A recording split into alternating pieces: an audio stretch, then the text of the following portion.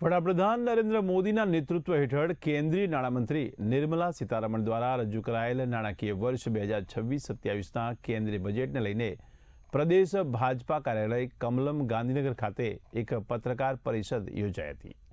આ પત્રકાર પરિષદમાં ભાજપ પ્રદેશ અધ્યક્ષ જગદીશ વિશ્વકર્માએ બજેટ અંગે વિસ્તૃત માહિતી આપી।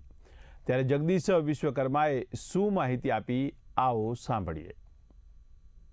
धोळावीरा ने पण खास विशिष्ट आ पुरातत्व स्थानोनी विकासनी जोगवाईमां आवरी रहेला छे। ए पण आपणो पुरातत्व जे विभाग छे एने विशिष्ट रूपे डेवलप करी अने आपणो इतिहास उजागर करवानुं काम करशे। पूर्व भारतना दानकोथी सूरत सुधीनो डेडिकेट फ्रेट कॉरिडोर ए पण खूब मोटું બળ પૂરું પાડશે।